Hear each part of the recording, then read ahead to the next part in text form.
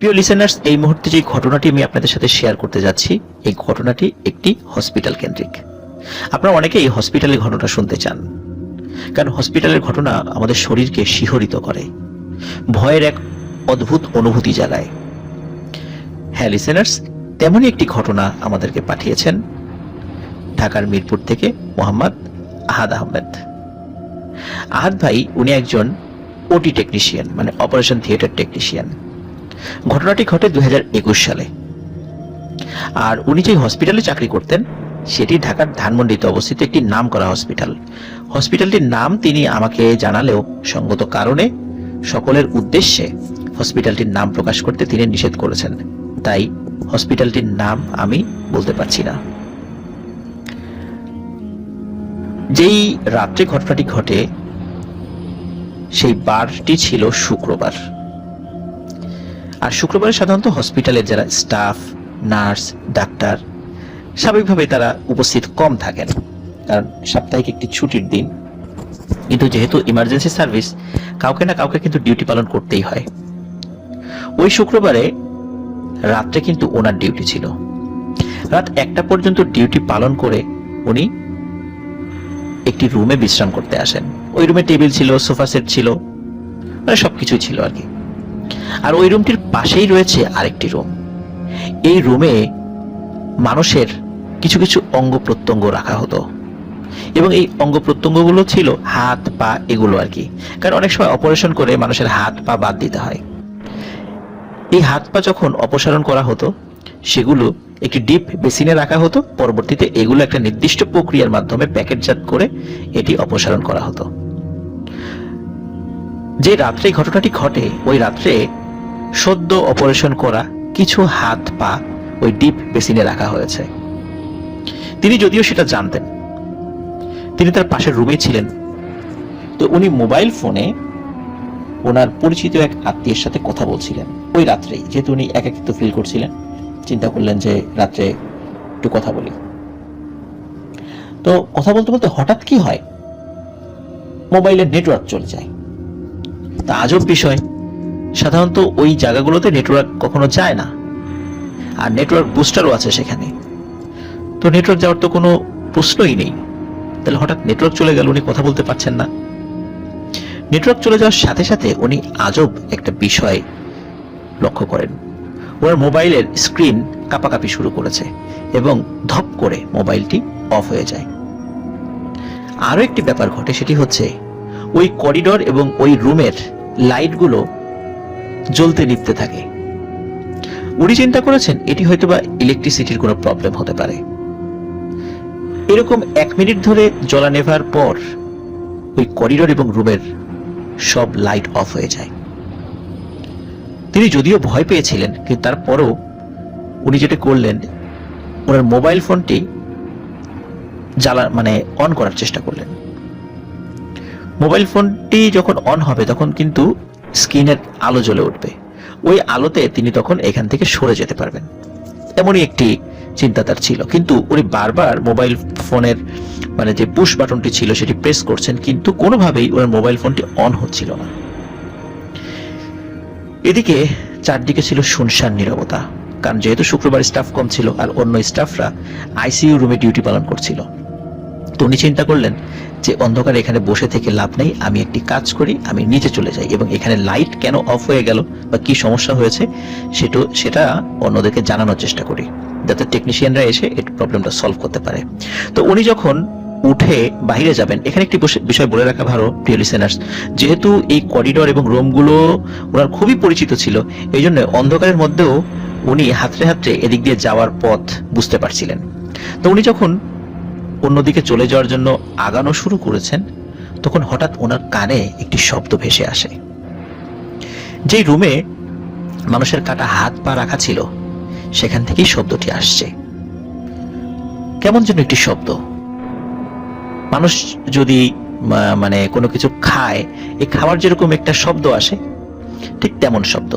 তো উনি চিন্তা করেন কি ব্যাপার, এমন শব্দ এখান থেকে আসছে কেন। আর এরকম শব্দ কিন্তু আসলে ওই ঘর থেকে বের হয়ে আসারও কথা নয়, কারণ এই ঘরগুলো খুবই দরজাগুলো খুব টাইট ভাবে লাগানো থাকে। সাউন্ড সাধারণত বাইরের কম আসে এবং বাইরের সাউন্ডও ভেতরে কম যায়।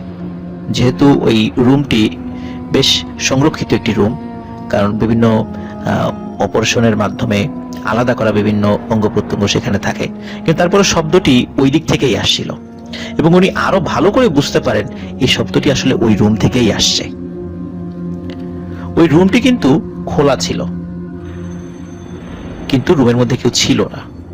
উনি চিন্তা করলেন যে শব্দটি কোথা থেকে আসছে, শব্দটির উৎস এটি আমার নিশ্চিত হতে হবে। উনি যখন নিশ্চিত হলেন তারপর উনি সিদ্ধান্ত নিলেন ওই রুমের মধ্যে তিনি প্রবেশ করবেন, কিন্তু আলো তো নেই, উনি কিভাবে সেখানে প্রবেশ করবেন? তারপরও যেহেতু রুমগুলো সব ওনার পরিচিত ছিল, উনি হাতড়ে হাতড়ে ওই রুমের মধ্যে প্রবেশ করেন। রুমে প্রবেশ করার সাথে সাথে তখন তার মনে হয় যে এখন তো আর সেই শব্দ ঠিক অমনটা নেই, এখন মনে হচ্ছে কেউ মটমট করে হাড় খেলে যেরকম শব্দ হয়, মানে হাড় ভাঙার যে শব্দ হয়, ঠিক তেমন শব্দ হচ্ছে। তিনি প্রচন্ড ভয় পাচ্ছিলেন, কিন্তু আসলে ওনার মাথার মধ্যে এটা আসছিল না যে এরকম শব্দ কেন আসছে, কোনো প্রবলেম হলো কিনা।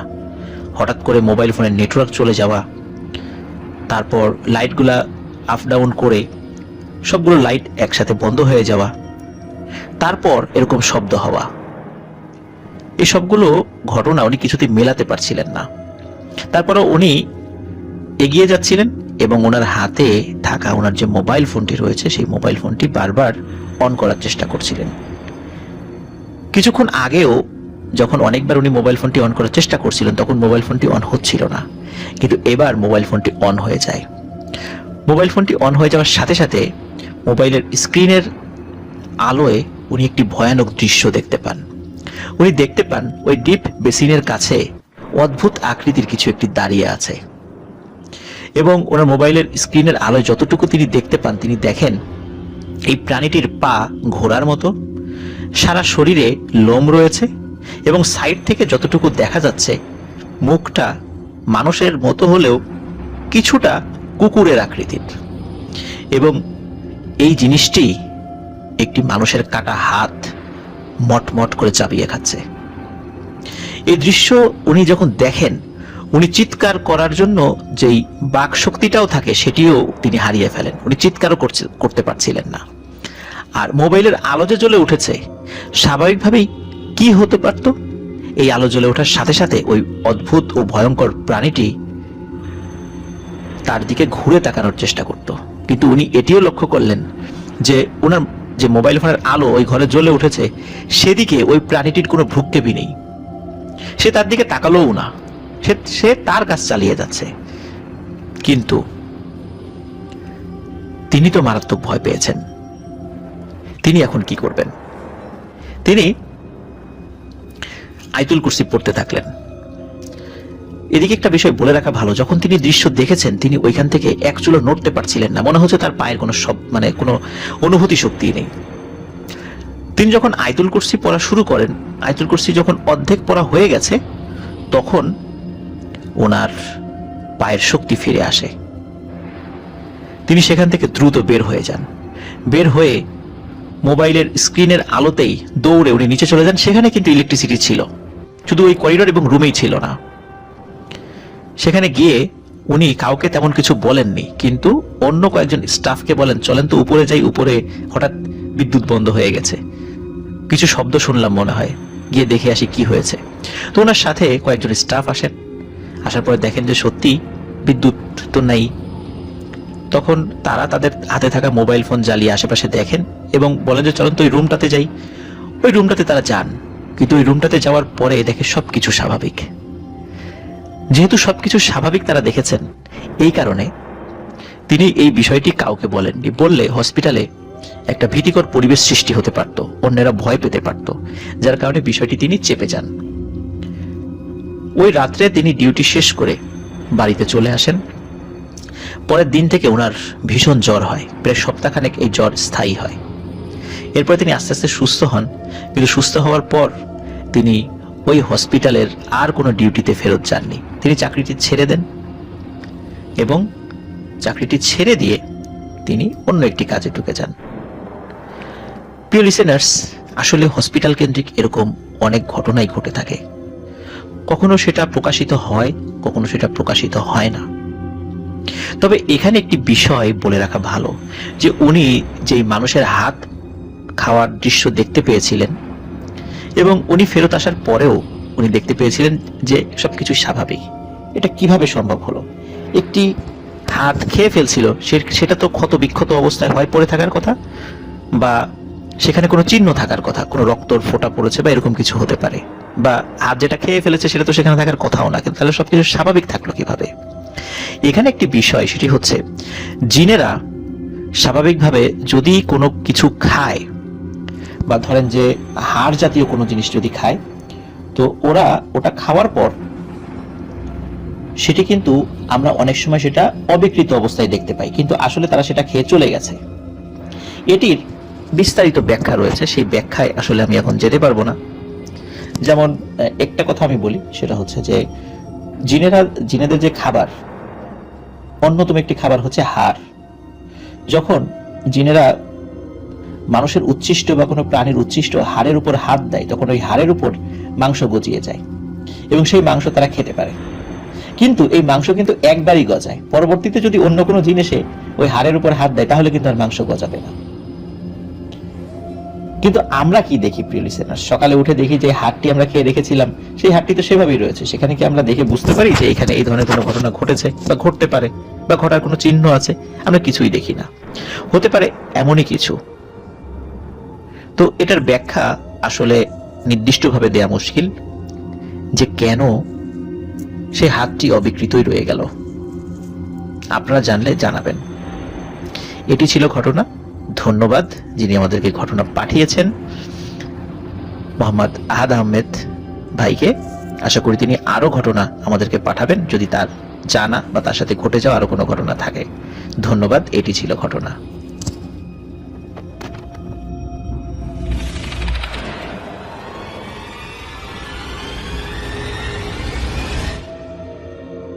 প্রিয় লিসেনার্স, এখন যে ঘটনাটি আমি আপনাদের সাথে শেয়ার করতে যাচ্ছি, এই ঘটনাটি আমাকে পাঠিয়েছেন নাটোর জেলার সদর উপজেলা থেকে মারুফ ভাই। আর মারুফ ভাই উনি আমাকে বলেছেন এই ঘটনাটি যার সাথে ঘটেছে তার নাম হচ্ছে পাপ্পু ভাই। আর পাপ্পু ভাই উনার পাশের এলাকাতেই থাকেন এবং ওনার খুব কাছের একজন বড় ভাই। পাপ্পু ভাইয়ের বয়স যখন 10 কি 12 বছর, তখন ওনার বাড়ির কাছাকাছি একটি মাদ্রাসায় ভর্তি করে দেওয়া হয়। মাদ্রাসাটা একটি হাফিজিয়া মাদ্রাসা ছিল, ছোটখাটো একটি মাদ্রাসা। আর মাদ্রাসার পাশেই অনেক মোটা, বহু পুরাতন বড় একটি করই গাছ ছিল। সবকিছু স্বাভাবিকভাবেই চলছিল, কোনো সমস্যা হতো না বা হচ্ছিল না। মাদ্রাসায়, বিশেষ করে হাফিজিয়া মাদ্রাসায় স্টুডেন্টরা যেভাবে ঘুমিয়ে থাকে, অনেকেরই সেই বিষয়ে ধারণা রয়েছে, কারণ দেখা যাচ্ছে যে প্রত্যেকেরই আলাদা আলাদা বেড থাকে এবং একজনের পরে আরেকজন বেড পেতে, মানে বেডিং পেতে তারা শুয়ে থাকে, লম্বা লম্বি ভাবে সবাই শুয়ে থাকে। এটা কিন্তু অধিকাংশ হাফিজিয়া মাদ্রাসাগুলোতে এরকম আছে। তো উনিও সেভাবেই ঘুমাতেন।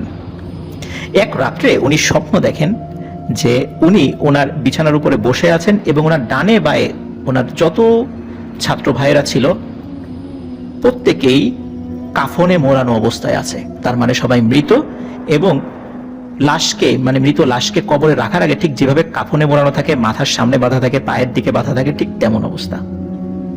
ওই মাদ্রাসায় উনি সহ স্টুডেন্ট ছিল 36 জন। তার মানে উনি ওই 35 জনকে মৃত অবস্থায় দেখছিলেন। স্বপ্নের মধ্যে এই দৃশ্য দেখে ওনার ঘুম ভেঙে যায়।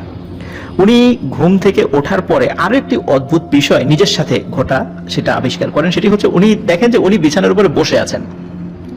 প্রিয় লিসেনার, সাধারণত কি ঘটে, আমরা যদি কোনো দুঃস্বপ্ন দেখি, ঘুম ভেঙে যায়, তখন দেখি আমরা শুয়েই আছি, কিন্তু আমরা যে বসে আছি এটি কিন্তু সচরাচর মানে এটা হয় না। কিন্তু এটি ঘটেছিল। উনি মনে করেছেন উনি দুঃস্বপ্ন দেখেছেন, আর তেমন কিছু চিন্তা করেননি। কিন্তু ওনার মনের মধ্যে একটা প্রশ্ন বারবার উকি দিচ্ছিল যে আমি বসে আছি কেন? আমি তো স্বপ্নের মধ্যেও বসা ছিলাম। যাই হোক, পরের রাত্রেও উনি একই স্বপ্ন দেখেন, সেম ঘটনা। তৃতীয় রাতেও একই ঘটনা, চতুর্থ রাতেও একই ঘটনা। কিন্তু চতুর্থ রাতে যখন ওনার ঘুম ভেঙে যায়, উনি খেয়াল করেন যে দূরে একজন স্টুডেন্ট নড়াচড়া করছে। তো উনি দেখেন যে যে স্টুডেন্ট নড়াচড়া করছে তারই বন্ধু। ওই স্টুডেন্ট আবার ওই মাদ্রাসার যিনি শিক্ষক ছিলেন তারই শ্যালক। কিন্তু ঘুম ভাঙার পর পাপ্পু ভাই একটি অদ্ভুত বিষয় শুনতে পান, মানে একটা অদ্ভুত শব্দ ওনার কানে ভেসে আসে। সেটা হচ্ছে মাদ্রাসার বাইরে থেকে, যেই জায়গাটাতে ওই যে বড় কড়ই গাছটি রয়েছে, সেখান থেকে কোনো একটি 8-10 বছর বয়সী বাচ্চার কান্নার শব্দ, মনে হচ্ছে সে ফুপিয়ে ফুপিয়ে কাঁদছে। তখন পাপ্পু ভাই ওই যে স্টুডেন্টটা, অন্ধকারে তো তাকে চিনতে পারছেন কারণ ডিম লাইটের আলো ছিল, তার নাম ধরে ডেকে বলছেন, এই আমি যেটা শুনছি তুইও কি সেটা শুনছিস? তখন ওই স্টুডেন্ট বলে, হ্যাঁ আমিও তো একই শব্দ শুনছি, এই শব্দে তো আমারও ঘুম ভেঙে গেছে। তখন পাপ্পু ভাই বলেন, পাপ্পু ভাই কিন্তু খুব সাহসী একজন মানুষ ছিলেন, অনেকে থাকে না যে ছোট বয়সে অনেক সাহসী, উনি কিন্তু তেমনই ছিলেন বা এখনো আছেন সেটা। তো উনি বলছেন যে চল যাই দেখে আসি কে কান্নাকাটি করছে। তখন ওই ছাত্র ভাইটি বলে, না বাবা আমি যাবো না, তুই গেলে তুই যা, আমি এসবের মধ্যে নেই। পাপ্পু ভাই বলে যে আরে কিছু হবে না, চল আমি আছি না। সাহস দিয়ে তাকে সাথে নিয়ে বের হয়ে পড়েন। বের হওয়ার পর ওনারা যখন কড়ই গাছের কাছে গিয়েছেন তখনও কিন্তু কান্নার আওয়াজ ভেসে আসছে। যখন কড়ই গাছের একদম কাছে মানে শেকড়ের কাছে চলে গিয়েছেন তখন ওনারা দুজনই দেখছেন যে কড়ই গাছের অপোজিট পাশ থেকে, মানে উল্টা পাশ থেকে, যে পাশটা দেখা যাচ্ছে না সেখান থেকে 8-10 বছর বয়সী একটি বাচ্চা পাঞ্জাবি পাজামা পরা হেঁটে হেঁটে ওদের কাছে আসলো এবং সে কান্না করছে এবং সে বলল, পাপ্পু আমার জানাজা হয়নি, তোমরা কি আমার জানাজাটা করাবা? এটা বলে সে আবার গাছের যেই দিক থেকে এসেছিল সেই দিকে গিয়ে তাদের দৃষ্টির অদৃশ্য হয়ে যায়। পাপ্পু ভাই তো সাহসী মানুষ ছিলেন, উনি কিন্তু দৌড়ে ওই গাছের উল্টা পাশে চলে গিয়েছেন, কিন্তু গিয়ে দেখেন কেউ নেই। কিন্তু ওনার সাথে যে ছাত্র ভাই এসেছেন, মানে ওই মাদ্রাসার হুজুরের শ্যালক, সে কিন্তু অত্যন্ত ভীতু, সে শুধু চিৎকার দেওয়াটা বাকি ছিল। তো পাপ্পু ভাই তাড়াতাড়ি এসে তাকে বলে যে এই তুই চিৎকার দিস না, চুপ থাক, চল আমরা গিয়ে শুয়ে পড়ি। ওই বাচ্চাটি কিন্তু এতটাই ভয় পেয়েছিল যে পরের দিন সকালবেলাই সে তার বেডিং পত্র নিয়ে মাদ্রাসা ছেড়ে চলে গিয়েছিল। প্রিয় লিসেনার্স, পাপ্পু ভাই এর পরের রাত থেকে ওই ভয়ানক স্বপ্নটা না দেখলেও প্রতি রাত্রে ওনার ঘুম ভেঙে যেত। এবং আরো অদ্ভুত ব্যাপার হচ্ছে যে এই কারণে ঘুম ভাঙতো যে ওই যে বাচ্চাটি সে কাঁদতো ওই কড়ই গাছের ওইখান থেকে, আর সেই কান্নার শব্দ পাপ্পু ভাইয়ের কানে ভেসে আসতো। কিন্তু সেই শব্দ ওই মাদ্রাসার অন্য কেউ শুনতো না, শুধু পাপ্পু ভাই শুনতো। শুধু এক রাত্রেই ওই হুজুরের শ্যালক যে ছাত্র ভাই তিনি শুনতে পেয়েছিলেন। যাই হোক, এর পরের রাত থেকে যখন এই ধরনের ঘটনা ঘটতে থাকে এবং উনি রাত্রে, বিশেষ করে রাত যখন মধ্যরাত হয়ে যেত, রাত 12টার পর থেকে উনি সহজে ঘুমাতেই পারতেন না, মানে ঘুম আসতো না। ওই বাচ্চার কান্নার শব্দ ওনার মাথার মধ্যে এতটা প্রভাব ফেলতো যে উনি ঘুমাতে পারতেন না। 2-3 রাত এভাবে চলে যাওয়ার পরে উনি সত্যি সত্যি মাদ্রাসা থেকে বের হন। বের হয়ে তিনি ওই কড়ই গাছের কাছে যান এবং গিয়ে সেখানে কাউকে দেখতে পান না, কিন্তু কান্নার আওয়াজ কিন্তু উনি শুনতে পাচ্ছিলেন। তখন তিনি জানাজার নামাজের জন্য দাঁড়িয়ে যান, কারণ যাওয়ার আগে উনি অবশ্য ওযু করে নিয়েছিলেন। জানাজার নামাজের জন্য দাঁড়িয়ে যান এবং সামনে একটা লাশ আছে এই চিন্তা করে উনি জানাজার নামাজ পড়ান, কিন্তু সামনে তো কোনো লাশ ছিল না। যখনই জানাজার নামাজ শেষ হয়েছে তখনই গাছের অপর পাশ থেকে ওই বাচ্চাটি আবার পাপ্পু ভাই সামনে আসে, বলে, পাপ্পু তুমি আমার জানাজা পড়িয়েছ, আমি আর কখনো তোমাকে সহজে দেখা দেব না, কিন্তু আমি তোমার আশেপাশেই থাকবো। এই কথা বলার সাথে সাথে ওই বাচ্চাটি আবারও ওই গাছের পাশে গিয়ে মিলিয়ে যায়। পাপ্পু ভাই সাহস করে সেখানে যান, কিন্তু গিয়ে আর কাউকে দেখতে পান না। পাপ্পু ভাই এই ঘটনাটি তেমন কাউকেই বলেননি যে এমন একটি ঘটনা ঘটেছে, কারণ এই ঘটনার পরে উনি কিন্তু অসুস্থ হননি, যে খুব যে ভয় পেয়ে মানুষ শুকিয়ে যায় বা খুব মানে মেন্টালি ট্রমাটাইজড হয়, এরকমটাও হননি, কারণ উনি ছোটবেলা থেকে সাহসী মানুষ ছিলেন। যাই হোক, এরপর থেকে যেটা হয় সেটা হচ্ছে পাপ্পু ভাই ফিল করতেন যে ওনার আশেপাশে কেউ আছে, কিন্তু তেমন সাংঘাতিক কোনো ঘটনা ঘটেনি। কিন্তু একটি ঘটনা না বললেই নয়। এই ঘটনার মাসখানেক পরে মাদ্রাসা যখন কোনো কারণে ছুটি হয়েছিল, ছুটির কোনো এক রাতে উনি যখন বাড়িতে ঘুমাচ্ছিলেন তখন তার আম্মা যখন পাপ্পু ভাইয়ের ঘরে এসেছে রাতের বেলা ওনার আম্মা তাহাজ্জুদের নামাজ পড়তেন। তো তাহাজ্জুদের নামাজ পড়ার জন্য যখন উঠেছেন তখন চিন্তা করেছেন যে পাপ্পু কি ঘুমাচ্ছে কিনা। অনেক সময় দেখা যাচ্ছে যে মা বাবা কিন্তু সন্তানদের রুমে এসে দেখে যে গায়ের উপর চাদর আছে কিনা, শীত লাগছে কিনা বা গরম লাগছে কিনা, ফ্যান চলছে কিনা, বিভিন্ন বিষয় কিন্তু পিতামাতা এসে রুমের মধ্যে দেখে। ঠিক এই কারণে যখন পাপ্পু ভাইয়ের আম্মা পাপ্পু ভাইয়ের ঘরে এসেছিলেন তখন উনি প্রচন্ড জোরে একটা চিৎকার করে ওঠেন, কারণ উনি দেখেন যে পাপ্পু ভাই যে বিছানায় শুয়ে আছেন ওনার পাশেই নীল বা সবুজ টাইপের একটি লম্বা আলো, জাস্ট এই আলোটাই দেখেছিলেন। ওটা যে আসলে কি, ওটা কি কোনো মানুষের অবয়ব কিনা, এই জিনিসটা উনি টের পান না, উনি শুধু আলোটাই দেখেছেন। তো উনি চিৎকার দেওয়ার পরে বাড়ির অন্য সদস্যদেরও ঘুম ভেঙে যায়। তারা আসেন, তারা আসার পরে যখন সবাই জিজ্ঞেস করে যে কি হয়েছে, তখন যখন এই বিষয়টি খুলে বলেন, তারপরে পাপ্পু ভাই সবাইকে বলেছিলেন যে মাদ্রাসায় এই একটি ঘটনা ঘটেছিল, এরপর থেকে আমি কারো একজনের উপস্থিতি ফিল করি। এবং উনি এখনো লেখাপড়া করছেন, ওনার লেখাপড়া শেষ হয়নি, আর এখনো উনি সেই বাচ্চাটির অস্তিত্ব ওনার আশেপাশে টের পান, কিন্তু সরাসরি ওনার সামনে আসে না। ধন্যবাদ মারুফ ভাইকে চমৎকার একটি ঘটনা আমাদেরকে উপহার দেওয়ার জন্য।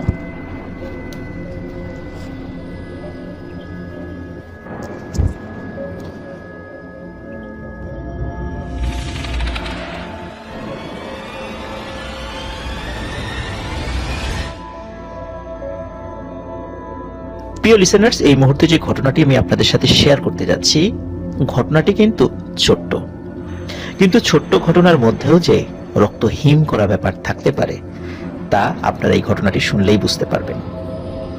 ঘটনাটি আমাকে পাঠিয়েছেন খুলনার সাগর ভাই। তার বাড়ি দক্ষিণ টুটপাড়া তালতলা এলাকায়। ঘটনাটি তার দাদার সাথে ঘটেছিল 2016 সালে। তিনি মানে সাগর ভাইয়ের দাদা সরকারি চাকরিজীবী ছিলেন এবং সরকারি চাকরিজীবী হওয়ার সুবাদে তালতলা হসপিটালের পেছনে একটি সরকারি কোয়ার্টারে বসবাস করতেন। আর দাদা ওই কোয়ার্টারে থাকার কারণে সাগর ভাইরাও সেখানে বসবাস করতেন। এটি অনেক পুরাতন একটি কোয়ার্টার।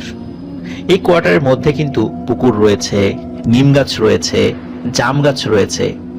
আর অদ্ভুত ব্যাপার হচ্ছে যে সাগর ভাইরা যেই ঘরটাতে থাকতেন ওনার দাদার সাথে, ওই ঘরটার পাশেই রয়েছে একটা বিশাল জাম গাছ, আর নিম গাছ, পুকুর এগুলোও কিন্তু পাশেই ছিল।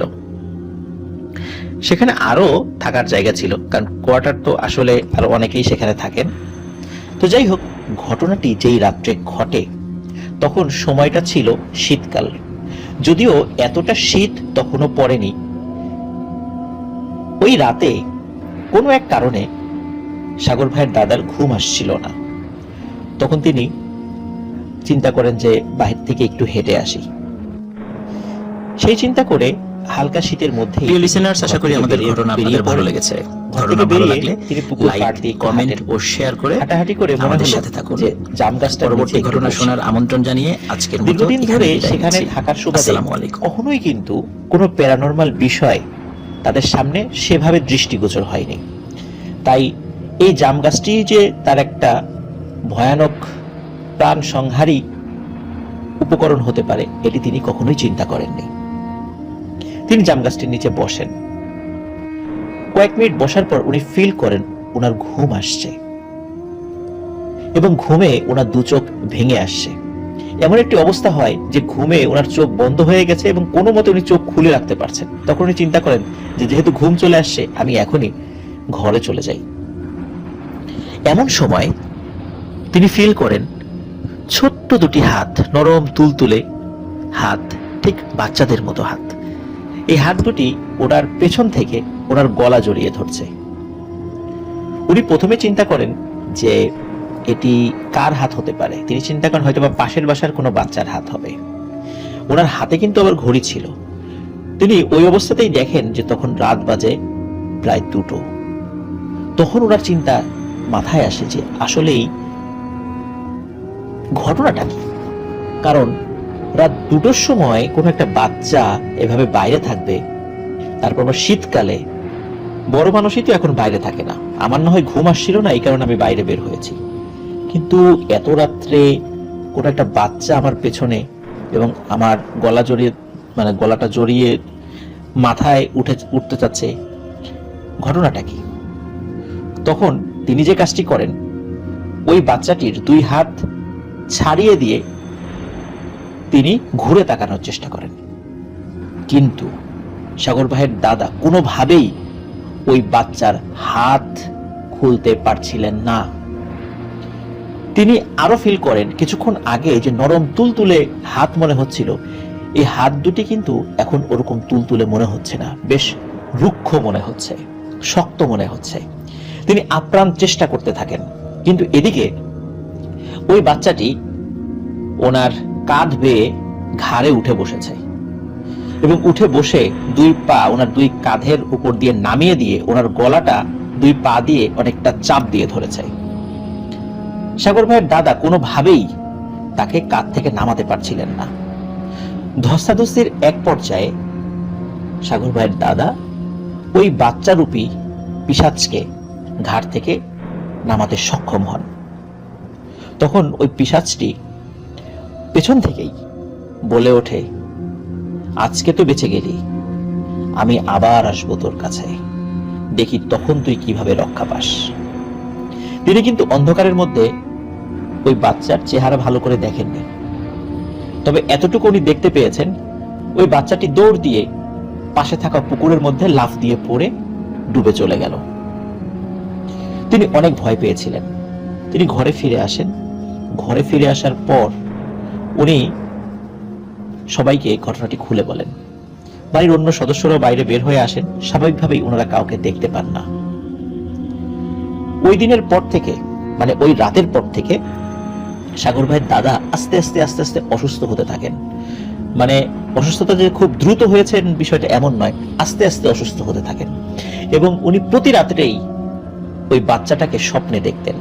উনি স্বপ্নে দেখতেন যে ওই বাচ্চাটি তাকে টেনে হিচড়ে ওই পুকুরটির মধ্যে নিয়ে যাচ্ছে এবং ডুবিয়ে নিয়ে যাচ্ছে। এভাবে প্রতি রাত্রি উনি স্বপ্ন দেখতেন। বিভিন্নভাবে উনি ঝাড়ফুঁক করার চেষ্টা করেছিলেন নিজেকে, কিন্তু তেমন কোনো কাজ হয়নি।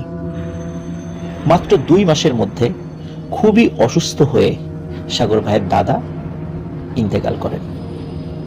আল্লাহ তাআলা তার ভুল ত্রুটিগুলো ক্ষমা করে জান্নাতুল ফেরদৌস নসিব করুন।